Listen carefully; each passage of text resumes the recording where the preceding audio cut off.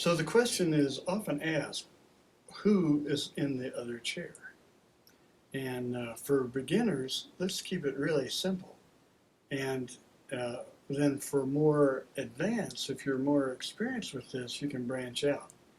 And in the book, in chapter 10, there's quite a few examples of two-chair possibilities. And this is not just from my work or in Polarity, but this is also in the literature about Gestalt and also other psychological therapies that have adopted this method in one way or another. So I really invite you to read chapter 10. So what are some good examples? Let's say that maybe the very first one is imagine in one chair is yourself and you have a question about something. Any question. What to do about this or that or this, anything. And then do body low slow loop, do a body centered process. Hopefully you know what body low slow loop is. That's another video separate from this. But do that to get a full, we call it having a complete experience of state A. And that is you with a particular question.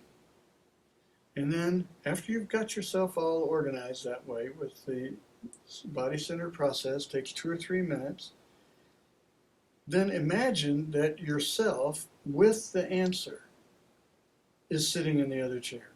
So that is, the one who knows is in that chair, and the one who has a question is in this chair. And then pose the question and switch chairs. And then just have an experience to see what naturally floats to the surface.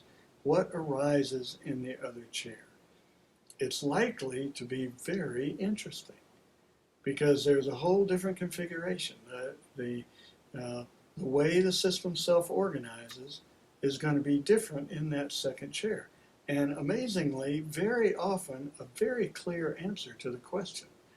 What was, something you couldn't decide, you couldn't figure it out, you switch over there and poof, all of a sudden, there is an answer. And then switch back and see how the first side likes what it may be that instigates a different question or something else comes up. Switching back and forth, you want to go about 2 times initially, just to get a start. And then if you feel like that was interesting, let's do another one just for beginners. And let's just say, be in the first chair again. And in the first chair, let's just be the part of you that knows all about holding on. How do you hold on? And what do you know about holding on? It could be holding on to an idea, a belief system, a possession,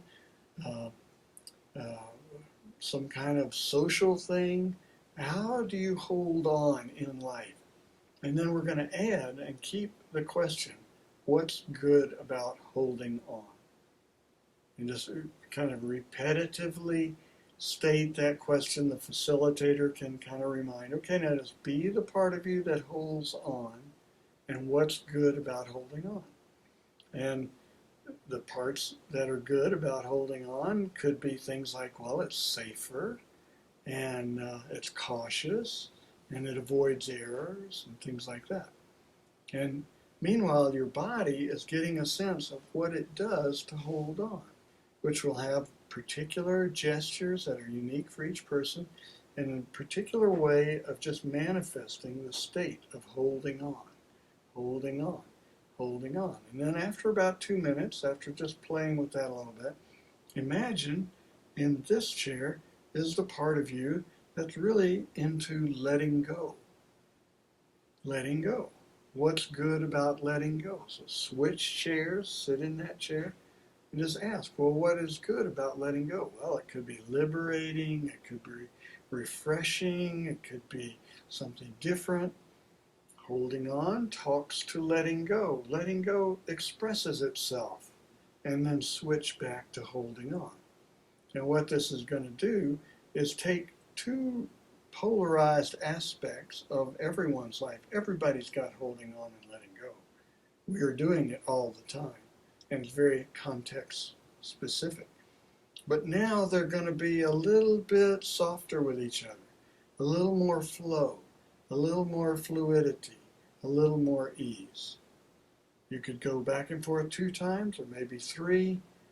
I expect when you get back to this chair after 2 switches, you'll find that your whole state feels just a little more equanimity, a little more equilibrium, new insights about how, maybe you held on sometimes when you didn't need to, and how sometimes you should have held on a little more, and vice versa for letting go. But now they can breathe with each other. And that's the fundamental concept of the 2-chair method. Can we have a nice flow between any 2 nodes in your life, any 2 points of reference, a polarized field, yes, no, yes, no, and they start to sense each other, and the differential, the fixation of one state is dissolving and something else is arising. Then when you get you're feeling a little more adventurous, start to have other people. Anyone that's been in your life, your boyfriend or girlfriend, your spouse, your siblings, your parents, your children, anyone, because they're not really there. It's just a representation of yourself, and it's remarkable how often it's effective. That is, I've had people do this with someone they're in conflict with, and they go back home after they've done this a little bit, and they find that the person they were in conflict with all of a sudden is a little softer. The edge has gone off, and the relationship starts to work better. And then at the most advanced level, we can go into sort of deep diving into our biography. Things that happened, major traumas.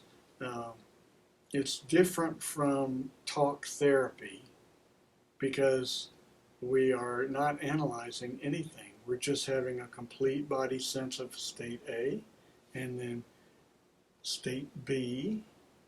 And with this method, for instance, with heavy trauma, something serious like developmental trauma or betrayal trauma, we'd first build up the resources. We'd say, okay, imagine yourself on your best vacation, your most perfect day, and then switch and be that, and the whole system would start to fluff itself up in the memory of a positive memory, and then switch back. And then we could say, okay, now imagine there's the one at the time when something bad was happening, and then switch and be that one, and then the system will start to do whatever it does, but we don't have to stay there very long. In this method, because it's a real concern if you're doing just a body-centered process like focusing, and they get into a really negative sequence, you can kind of feel like you're going down the rabbit hole a bit. It's a vortex of tightening. And Peter Levine has an excellent commentary about this and what to do about it to avoid that. But in this method, all you just have to say is switch. Now you're one observing the one that's having the problem. You're not the one. You're observing that one. And this really speaks with, resonates with what Dr. Stone said in his 1971 notes. One of his most brilliant pieces of writing was, if you can get your client to feel like they can observe things, they can witness things, instead of just totally participating in whatever happens, you've gone far towards restoring some equilibrium in the system. So that's a little, preview of what we could do, who could be in the other chair. And again, there's dozens of options explained in Chapter 10 of Dancing with Yin and Yang.